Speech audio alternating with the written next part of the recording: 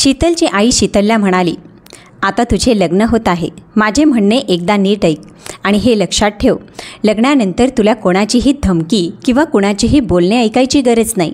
तुझी सासू दिसतच आहे की ती धूर्त आहे, पण तुला घाबरण्याची काही गरज नाही. जर ती तुला 2 गोष्टी ऐकवत असेल तर तू तिला 4 गोष्टी ऐकवायच्या.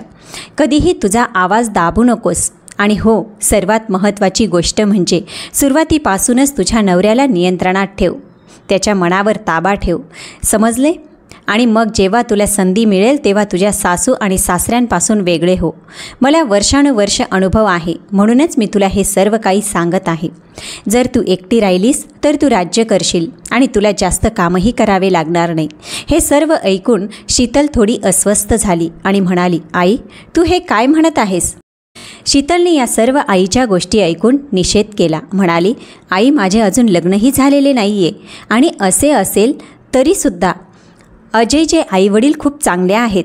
तिच्या आवाजात निरागसता होती, पण त्याच वेळी तिच्या आईबद्दल रागही होता. आई म्हणाली, अरे शीतल, मी तुला एक मार्ग सांगत आहे, जेणेकरून तू तुझे आयुष्य स्वतःच्या अटींवर जगशील, कोणाची कठपुतली बनून नाही. हे जग खूप हुशार आहे. तुमचा मुलगा अजूनही तुमच्या खूप जवळ आहे. शीतल मला म्हणाली की तो तुमच्या घराचा सर्व खर्च सांभाळतो.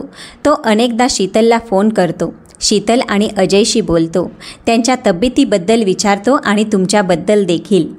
ज्या दिवसापासून तुम्ही पडला होतात, तुम्हाला विश्वास बसणार नाही, त्या दिवसापासून तो तुमच्या तब्येतीची विचारपूस करण्यासाठी मला दररोज फोन करतो. तुम्ही गृहीत धरले की तो तुम्हाला सोडून गेला आहे, पण सत्य हे आहे की तुम्हीच त्याला स्वतःहून दूर ढकलले आहे.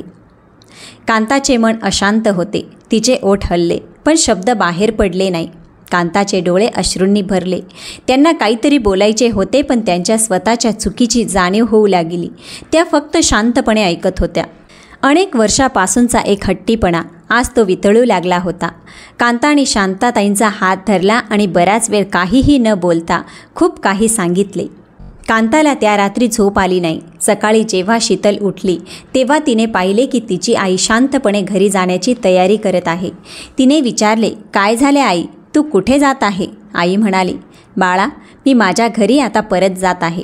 आता मी पूर्णपणे बरी झाली, काळजी करू नकोस. शीतल आश्चर्यचकित झाली. तिच्या आवाजात काळजी होती, पण कांता फक्त म्हणाल्या की मी तुला खूप दिवसांपासून त्रास देत आहे. आता मला घरी जावे लागेल. आधीच खूप उशीर झाला आहे. सर्वांनी त्यांना आणखी काही दिवस राहायला सांगितले, पण त्या नाही म्हणाल्या.